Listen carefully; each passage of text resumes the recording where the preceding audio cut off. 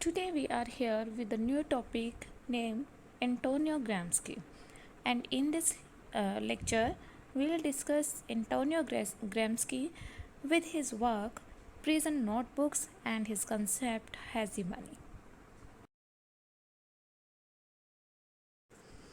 Antonio Gramsci was a Marxist philosopher, journalist, linguist, writer, and politician.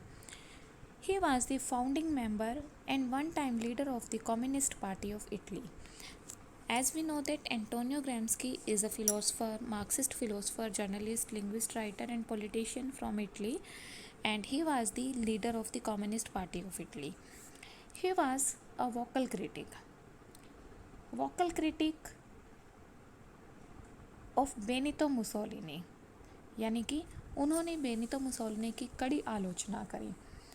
और वो vocal critic क्या होता है? एक ऐसा पर्सन हु क्रिटिसाइजेज समथिंग और समवन इन पब्लिक, जो किसी पर्सन की या किसी चीज़ की पब्लिक में क्रिटिसिज्म करता है, उसे हम कहते हैं वोकल क्रिटिक।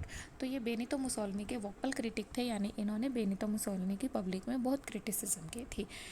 और बेनितो मुसोलिनी कौन था? He was the prime minister of Italy from the march on in 1922 until his deposition in 1943। वो इटली का प्राइम मिनिस्टर रहा था 1922 से लेकर 1943 तक। And he was the founder of fascism, वो फासीवाद का या फासिज्म का एक लीडर था।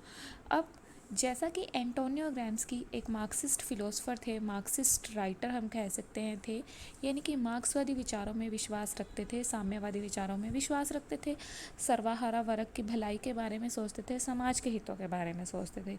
और जो फासिज्म होता है, फासिज्म एक ऐसी गवर्नमेंट होती है जिसमें कि जो रूलिंग क्लास जो रूलर है उसी के सारे ऑर्डर्स को एज इट इज़ फॉलो किया जाता है, बिना किसी उसके अंदर चेंज के या ऑब्जेक्शन के। तो देखिए फासिज्म क्या है? Government ruled by a dictator, एक डिक्टेटर के द्वारा रूल की गई गवर्नमेंट को फासिज्म कहा जाता है। और ये जो डिक्टेटर होता है ये वहाँ के लोगों की लाइफ को कंट्रोल कर लेता है, जिसमें कि जो पीपल हैं वो गवर्नमेंट के बनाए गए रूल्स को डिसएग्री करने का अधिकार नहीं रखते हैं। The rise of fascism in Europe before world war two, और जो फासीवाद का उदय था वो वर्ल्ड वार टू के बाद यूरोप में हुआ था। और बेनितो मुसोलिनी फासीवाद के फाउंडर थे, साथ ही साथ एक फेमस डिक्टेटर थे। Obviously he was a famous dictator when he was the founder of fascism. और मार्क्सिस्ट फिलोसोफर कौन थे? एंटोनियो ग्राम्स्की थे। ठीक है, he was imprisoned by the Italian fascist regime in 1926 until his death in 1937। यानी कि Antonio Gramsci ने फासीवाद का विरोध किया था, जिसकी वजह से इटालियन फासिस्ट सरकार ने इन्हें 1926 में उम्र कैद की सज़ा दी थी। और ये सज़ा 1926 से लेकर 1937 तक थी, जो कि उनकी डेथ का टाइम था। Now let's discuss Gramsci's works.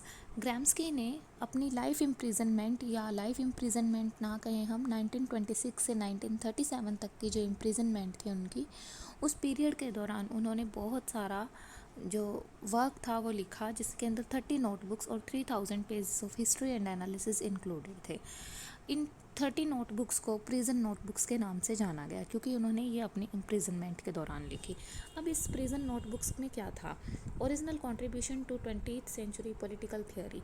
ये जो प्रिजन नोटबुक्स थी ये 20वीं सदी की पॉलिटिकल थ्योरी में एक अपना ओरिजिनल कंट्रीब्यूशन देती थी।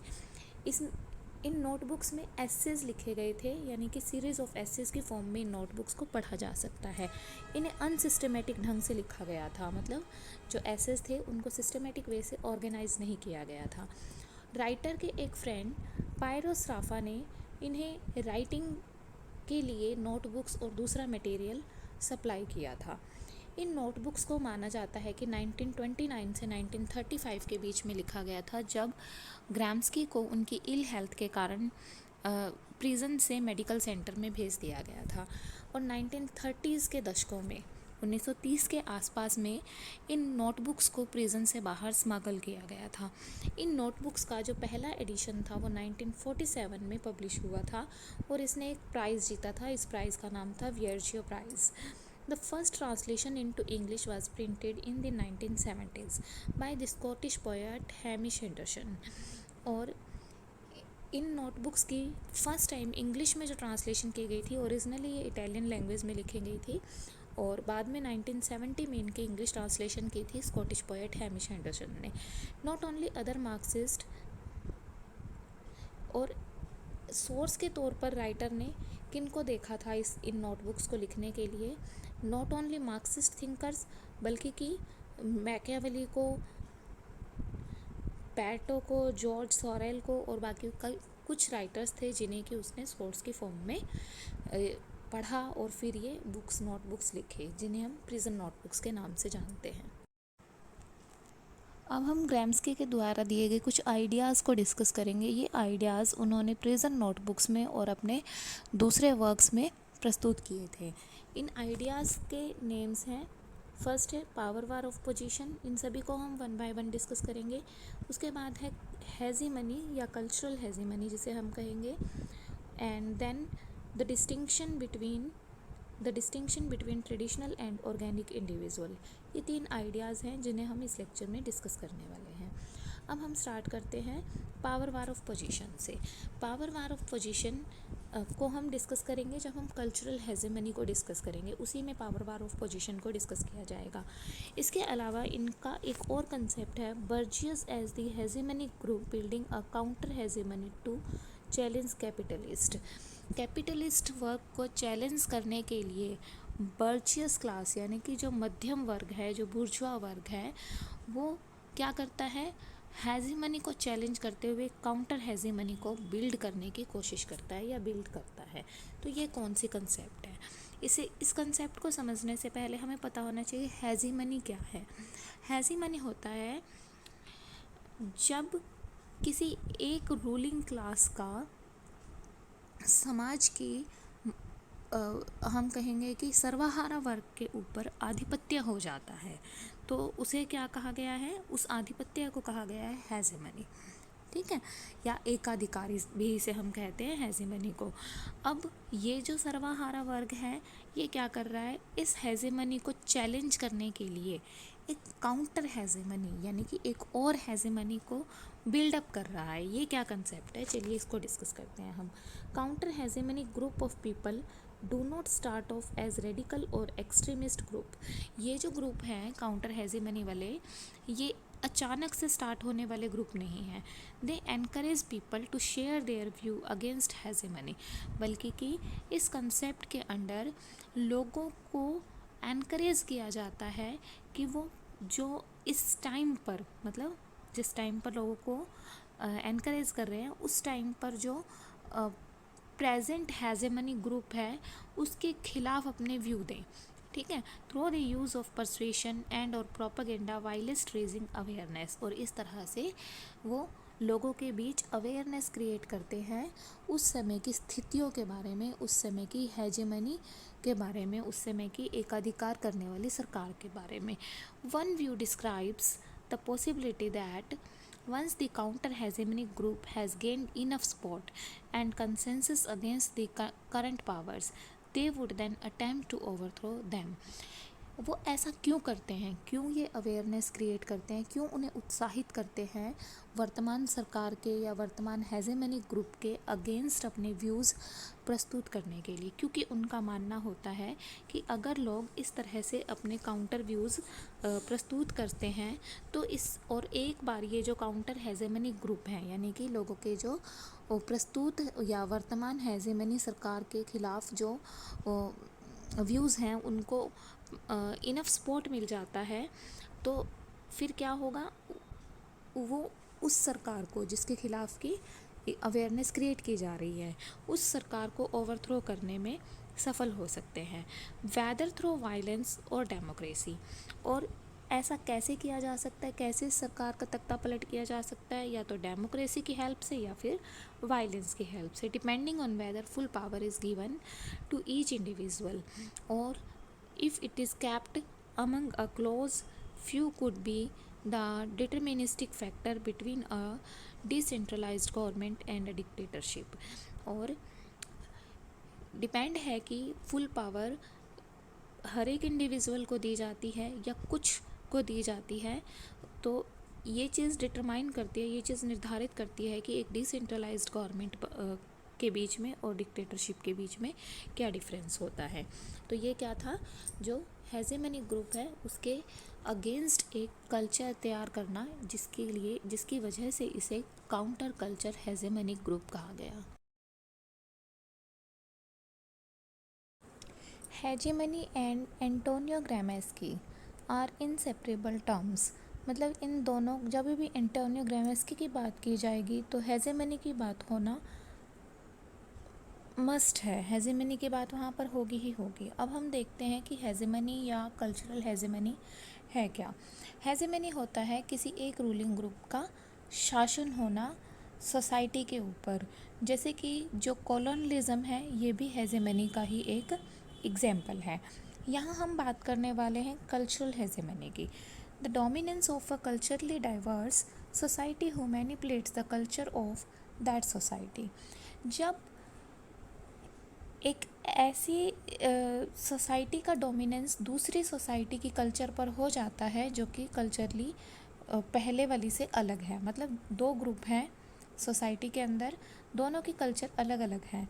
जो सोसाइटी के अंदर फर्स्ट ग्रुप है, जो कि हम कहेंगे एग्जिस्टिंग ग्रुप है, उसकी एक अपनी कल्चर है, और उससे अलग कल्चर वाला एक ग्रुप आकर जब उसके ऊपर अपना डोमिनेंस क्रिएट करता है तो उसे हम कहते हैं कल्चरल हेजेमनी। और ये जो डोमिनेंट ग्रुप होता है ये क्या करता है, उस सोसाइटी के बिलीव्स को, एक्सप्लेनेशंस को, उसकी अंडरस्टैंडिंग को, वैल्यूज़ को, सभी चीज़ों को अपने अकॉर्डिंग मैनिपुलेट करने लगता है।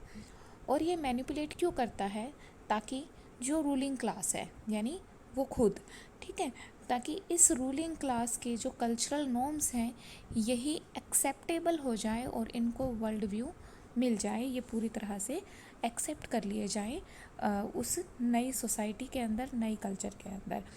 अगर पॉलिटिकल फॉर्म में देखा जाए तो जो कल्चरल हेजेमनी है वो क्या करती है, it analysis the function of economic class.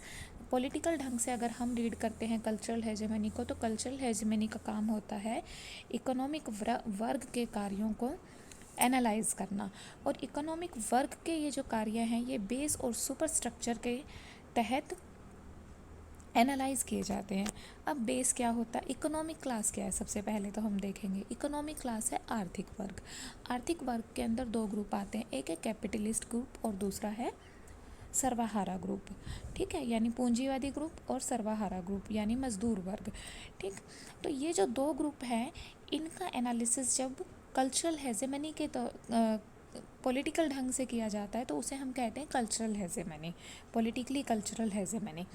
और इन दोनों ग्रुप्स का जो अध्ययन है वो बेस और सुपर स्ट्रक्चर्स की हेल्प से किया जाता है। अब बेस क्या होता है, बेस होता है, बेस के अंदर हम रीड करते हैं मोड ऑफ प्रोडक्शन को, मोड ऑफ प्रोडक्शन को, जिसके अंदर मोड ऑफ प्रोडक्शन क्या है, प्रोडक्शन का माध्यम, और प्रोडक्शन का माध्यम कौन होते हैं, वो मज़दूर खुद होते हैं प्रोडक्शन का माध्यम, ठीक है।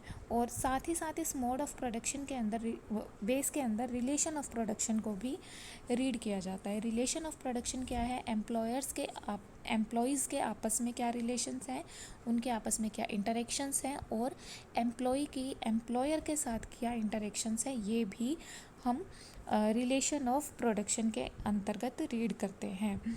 साथ ही साथ technical division of labour and property relations को भी इसमें रीड किया जाता है। तो ये होता है बेस, यानी कि जब हम इकोनॉमिक क्लास का अध्ययन करते हैं, पूंजीवादी वर्ग का और सर्वहारा वर्ग का जब हम अध्ययन करते हैं तो बेस के तहत करते हैं। बेस के तहत मतलब कि इस अध्ययन को कंप्लीट करने के लिए हम मज़दूरों के बारे में रीड करते हैं, मज़दूरों की फोर्सेस के बारे में, शक्तियों के बारे में रीड करते हैं, उनकी नॉलेज के बारे में रीड करते हैं, उनके प्रोडक्शन से रिलेशन के बारे में रीड करते हैं, एम्प्लॉयर्स के रिलेशन से उनको रीड करते हैं।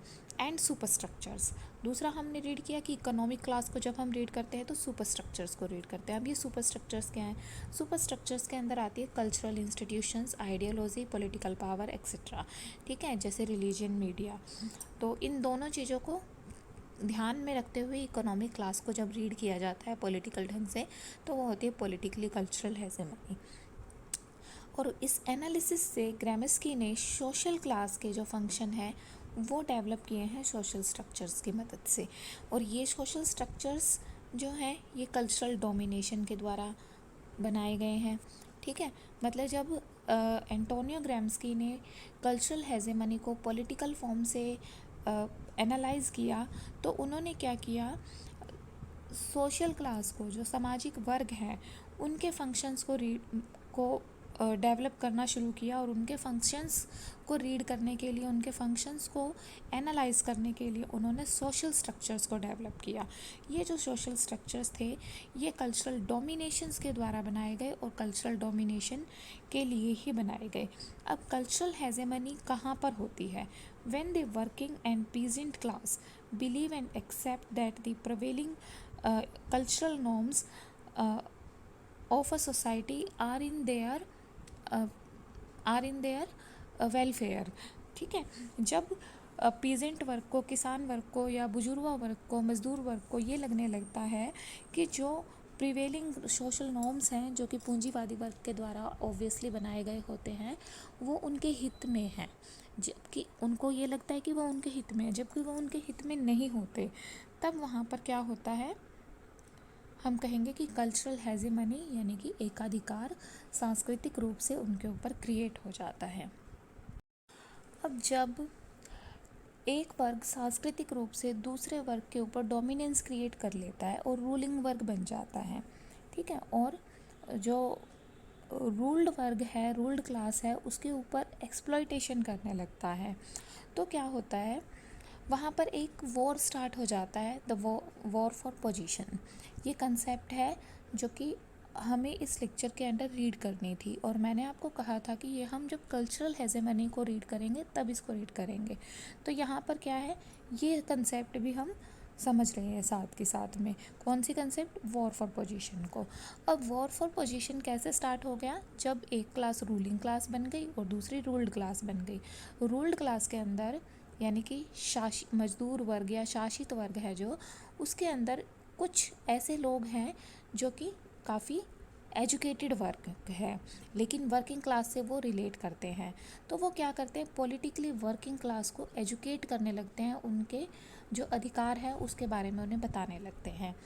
तो जब जो वर्किंग क्लास है वो अपने अधिकारों के बारे में और अपने एक्सप्लॉइटेशन के बारे में अवेयर हो जाती है, तो वहाँ पर रूल्ड क्लास और रूलिंग क्लास के बीच में पोजीशन के लिए एक होड़ शुरू हो जाती है, जिसे कि वॉर फॉर पोजीशन कहा गया है, ठीक है। तो ये वॉर फॉर पोजीशन किसकी मदद से स्टार्ट होता है? इंटेलिजेंसिया के द्वारा स्टार्ट होता है, ठीक है। अब ये इंटेलिजेंसिया कौन है? ये इंटेलिजेंसिया वो लोग हैं जो वैसे तो मज़दूर वर्ग से या पीजेंट वर्ग से रिलेटेड है, लेकिन ये काफ़ी एजुकेटेड होते हैं और ये अपने आसपास के जो मज़दूर वर्ग हैं, वर्किंग क्लास पीपल हैं, उनको एजुकेट और अवेयर करने लगते हैं उनके एक्सप्लॉइटेशन और उनके राइट्स के बारे में।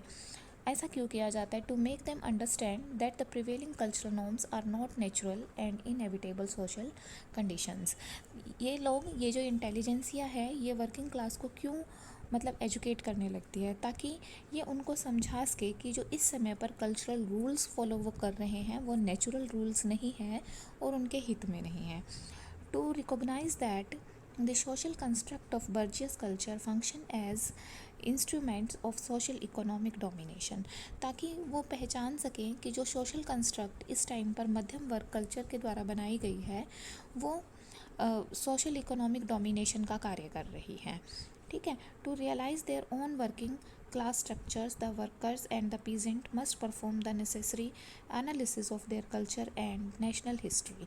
और उन्हें ये एहसास दिलाने के लिए भी वो उन्हें अवेयर करती है, इंटेलिजेंसिया वर्किंग ग्रुप को इसलिए भी अवेयर करती है ताकि जो वर्किंग क्लास कल्चर्स है वो वर्कर्स और पीजेंट्स को समझ आने लगे, या फिर उन्हें एहसास हो कि हमें अपनी कल्चर को समझना ज़रूरी है ताकि हम अपनी कल्चर को और नेशनल हिस्ट्री को एनालाइज कर सकें।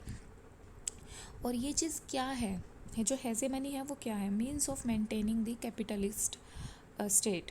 कैपिटलिस्ट स्टेट को मेंटेन कर बनाए रखने का एक जरिया हम कह सकते हैं ये। अब हम पढ़ते हैं इसी कल्चरल हेजेमनी को हिस्टोरिकल रूप से।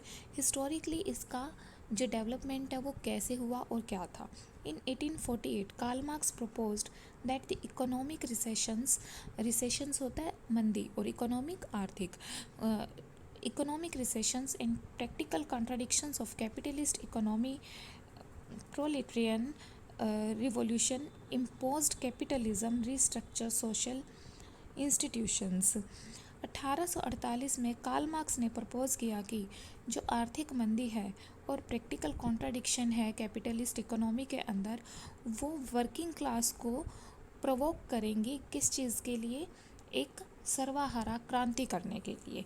फिर से समझ लीजिए, 1848 में कार्ल मार्क्स, जो कि द मोस्ट फेमस हम कहेंगे मार्क्सिस्ट राइटर रहे हैं, और इन्होंने बहुत ही क्रांतिकारी जो बातें हैं वो अपने वर्क्स के अंदर लिखी हैं, मजदूर वर्ग से रिलेटेड।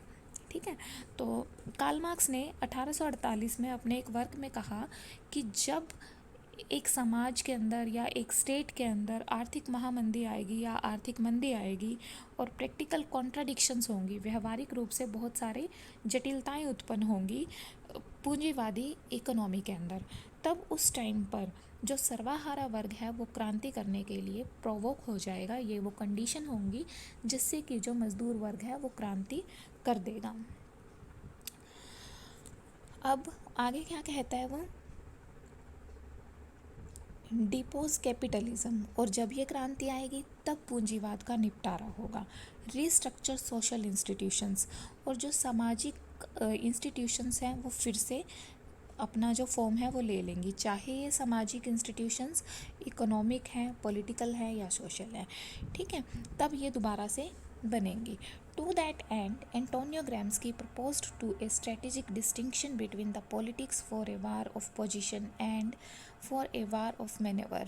और इसी उद्देश्य से, इसी को डिस्क्राइब करने के लिए, ठीक है, एंटोनियो ग्राम्स्की ने एक स्ट्रेटेजिक डिस्टिंक्शन बताई हमें, एक विविध अंतर बताया पॉलिटिक्स फॉर वॉर के बीच में, politics for war of position के बीच में एंड वॉर ऑफ मैनोवर के बीच में। वॉर ऑफ पोजीशन हमने रीड किया था, क्या है?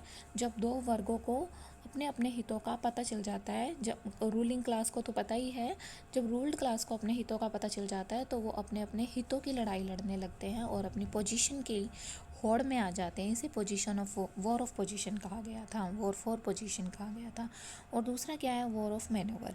वॉर ऑफ मैनोवर का क्या है? जब ट्रिक्स से कोई काम किया जाता है, षड्यंत्रबाजी या ट्रिकबाजी की जाती है किसी चीज़ के लिए, तो उसे वॉर ऑफ मैनोवर कहा गया है। तो यहाँ पर राइटर ने स्ट्रेटेजिक डिस्टिंक्शन बताई है इन दोनों के बीच में। War of position is an intellectual effort, और war of position Antonio Gramsci का मानना है कि इंटेलेक्चुअल है एंड कल्चरल स्ट्रगल, और इसके अंदर कल्चरल स्ट्रगल भी सम्मिलित है। कल्चरल स्ट्रगल ऑब्वियसली इसमें सम्मिलित है क्योंकि जो सर्वहारा वर्ग है वो अपनी कल्चर के अकॉर्डिंग संघर्ष करने लगता है अपनी कल्चर को मेंटेन करने के लिए। ठीक है, where in the anti capitalist revolutionary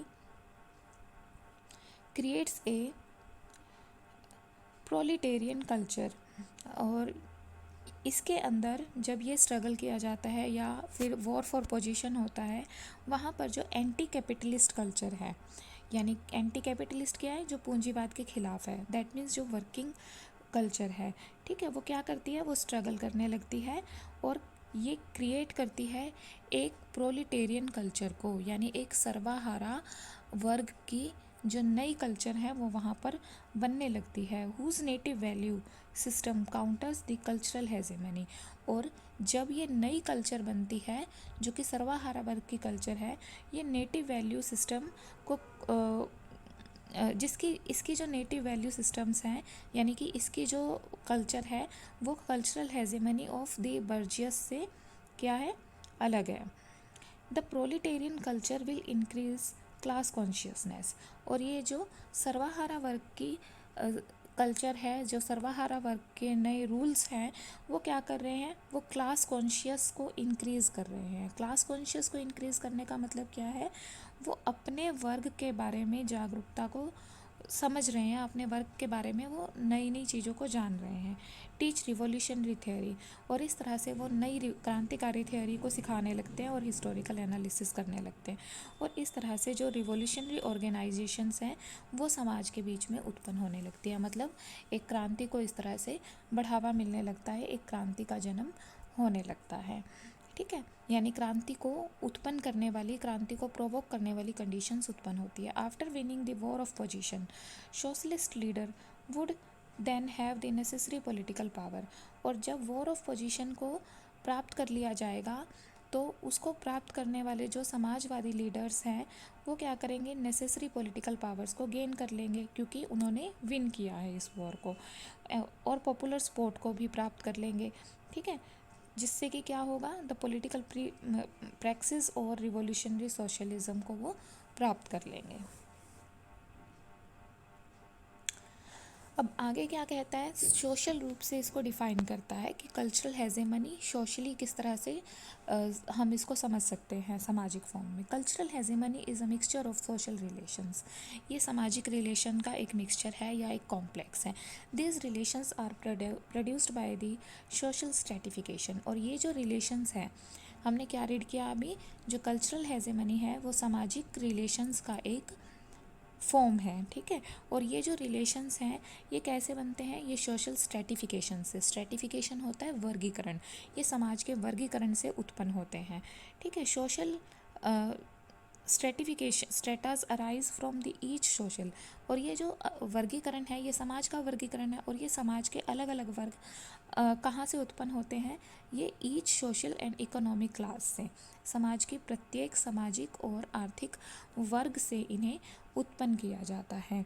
ठीक है, मतलब समाज के अंदर बहुत सारे वर्ग बन जाते हैं आर्थिक आधार पर और सामाजिक आधार पर, इन्हीं आधार पर उनका वर्गीकरण किया जाता है। और इस वर्गीकरण से जो रिलेशंस बनते हैं वही रिलेशंस क्या है, कल्चरल हेजेमनी को बनाते हैं आगे जाकर। And each class has an in group sub culture, और हर वर्ग की अपनी एक कल्चर होती है, that allow social behaviour particular to and different from the behaviour of other class. और जब हर क्लास की, हर वर्ग की अपनी एक कल्चर है तो वो जो कल्चर है वो दूसरी कल्चर से अलग है और अपने कल्चर के लिए विशेष है, अपने वर्ग के लिए विशेष है। ठीक है, तो इस तरह से जो सोशल स्ट्रक्चर हैं वो क्या करते हैं, वो एक सोशल ऑर्डर को एस्टैब्लिश करते हैं। मतलब जो ये जो सामाजिक स्ट्रक्चर्स बन जाते हैं ये सामाजिक व्यवस्था को कायम करते हैं। And Gramsci said that culture and historical analysis of the natural order of things in society established by the dominant ideology would allow common sense men and women to intellectually perceive the social structure of bourgeois cultural hegemony।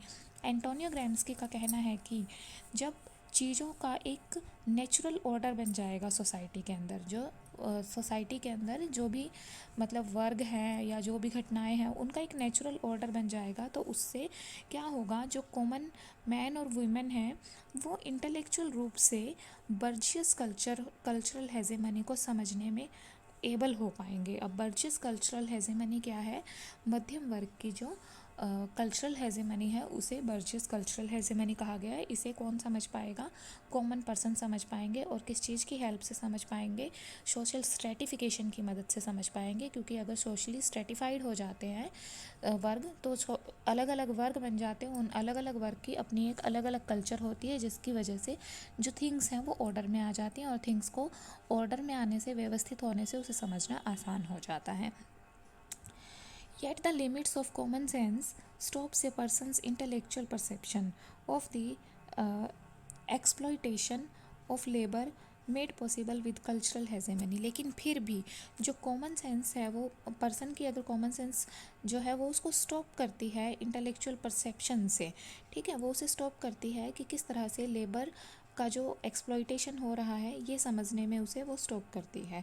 क्यों stop होते हैं, क्यों लोग नहीं समझ पाते कि जो लेबर की फॉर्म में एक्सप्लॉइटेशन हो रहा है उसको लोग क्यों नहीं समझ पाते?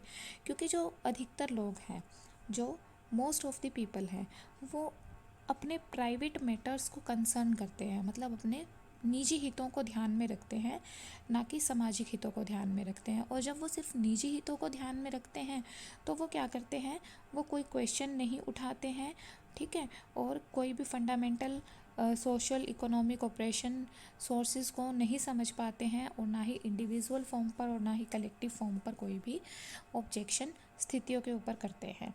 इसके बाद हम रीड करते हैं उनकी एंटोनियो ग्राम्स्की की लास्ट कंसेप्ट के बारे में, the distinction between traditional and organic intellectual. उन्होंने इंटेलेक्चुअल को दो कैटेगरीज के अंदर डिवाइड किया है, ठीक है। बुद्धिजीवियों को उन्होंने दो फॉर्म में, दो कैटेगरीज में डिवाइड किया है। पहला है ट्रेडिशनल बुद्धिजीवी वर्ग और दूसरा है ऑर्गेनिक। अब ये ट्रेडिशनल इंटेलेक्चुअल्स कौन है? who see themselves as independent from the ruling social group। ऐसा वर्ग समाज का जो समाज के शासक वर्ग से अपने आप को अलग समझता है, believing to stand for truth and reason. और ये वर्ग क्या कहता है कि हम सच्चाई के और लॉजिक के साथ हैं, उसे हम क्या कहते हैं कि ये ट्रेडिशनल इंटेलेक्चुअल्स हैं। और ऑर्गेनिक इंटेलेक्चुअल्स कौन है? Are tied to a social class within an economic structure. ये वो ग्रुप है जो कि इकोनॉमिक स्ट्रक्चर्स के अंदर समाज की एक वर्ग से जुड़े रहते हैं।